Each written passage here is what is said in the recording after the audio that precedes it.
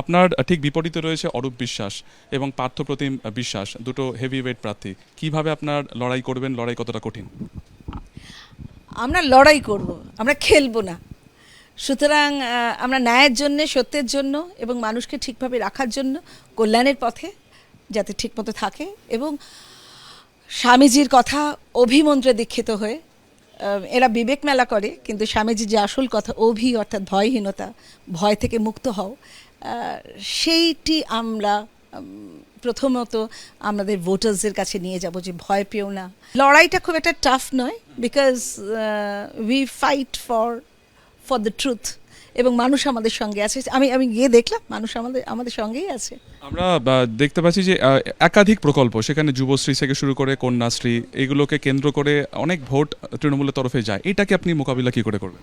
না না, ওসব নিয়ে মানুষ এখন আর বুঝতে চাইছে না। মানুষ বুঝতে পেরেছে এগুলো সরকারি ভাতা, আমাদের চাকরি দিতে পারেনি, আমাদের বাপ মাকে চাকরি দিতে পারেনি, আমাদের ভাইরা সব রাস্তায় বসে আছে, আমাদের ডিএ দেওয়া হচ্ছে না। অভয়ের ওই খুনের জন্য কোটি কোটি টাকা খরচা করছে, কাকে বাঁচাতে মানুষ বুঝতে পারছে না। সেইগুলোর কোনো বিচার নেই আজ অবধি। বিধানসভা নির্বাচনে হাই ভোল্টেজ কেন্দ্র ভবানীপুর, যেখানে মুখ্যমন্ত্রী মমতা বন্দ্যোপাধ্যায়ের বিরুদ্ধে লড়বেন শুভেন্দু অধিকারী, সেদিকেই নজর থাকবে রাজ্যবাসীর। সেই কেন্দ্রেই বামেরা প্রার্থী করেছে শ্রীজীব বিশ্বাসকে। ভোটের আগে কি বলছেন তিনি, দেখুন। এবারে যে লড়াই, এই ভবানীপুর বিধানসভা কেন্দ্রে মমতা বন্দ্যোপাধ্যায় দাঁড়িয়েছেন এবং রয়েছেন উল্টো দিকে শুভেন্দু অধিকারী। কতটা কঠিন লড়াই, চ্যালেঞ্জটা আপনি কিভাবে গ্রহণ করছেন? সারা রাজ্যের যা লড়াই, তা ভবানীপুরেরও লড়াই। ভবানীপুরের মানুষের দায়িত্ব বেশি, কারণ মূল সমেত যদি পুরে ফেলতে হয় তাহলে ভবানীপুরকেই শুরু করতে হবে। আগেরবার ভবানীপুরে দাঁড়িয়ে বাই ইলেকশনে মুখ্যমন্ত্রী হতে হয়েছে, কোভিডের মধ্যে নির্বাচন হয়েছে। এবারে এই মানুষের বাড়তি দায়িত্ব, এই তৃণমূল বিজেপি সেটিং, সারা রাজ্যে কর্মহীনতা, বেকারদের সমস্যা, ডিএ না দেওয়া, অভয়ের বিচার না পাওয়া, তা কার্যত ভবানীপুরের দায়িত্ব অত্যন্ত বেশি। এই লড়াইয়ের সাহস আমাদের বলতে পারেন সেই দায়িত্ববোধের প্রতি ভরসা। আর আমাদের চাপ সবসময় বেশি। কোনোদিনই আমাদের কোনো নির্বাচনে, কোনো প্রচারে আমরা কোনোদিন খামতি দিই না, এবারও দেব না। রাজনীতি ময়দানে আপনি নতুন নন, এর আগে রাজ্যসভাতে গুরুত্বপূর্ণ পদ সামলেছেন। 2016 সালে আপনি হাওড়া নর্থ থেকেও দাঁড়িয়েছিলেন। এবার আপনাকে প্রার্থী করা হলো সোনারপুর দক্ষিণে, আপনার বিপরীতে রয়েছে লাভলি মৈত্র। কতটা কঠিন হবে লড়াই? দেখুন, পশ্চিমবঙ্গে যেভাবে আমরা মার খেয়েছি আর দিনের পর দিন, আমি তো সেটা ভুলিনি না।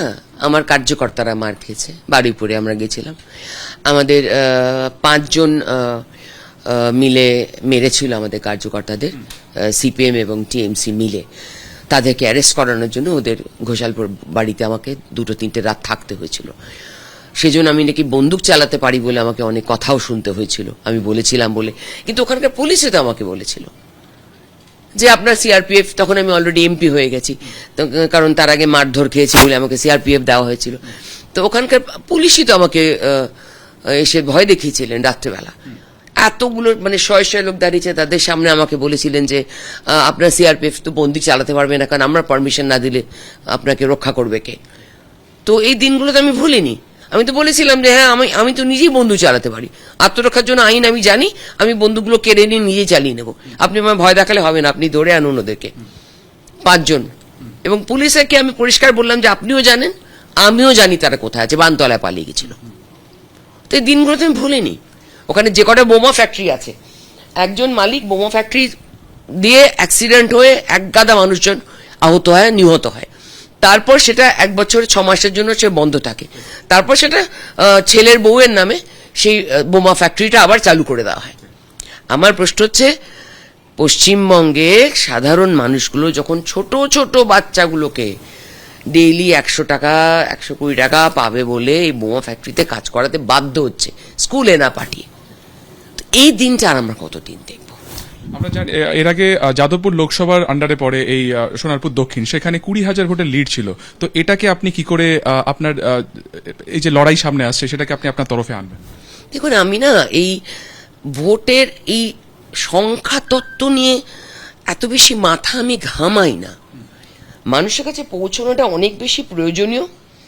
মানুষ যেটা ঠিক করে সেটাই হবে। এবিপি আনন্দ, এগিয়ে থাকে, এগিয়ে রাখে।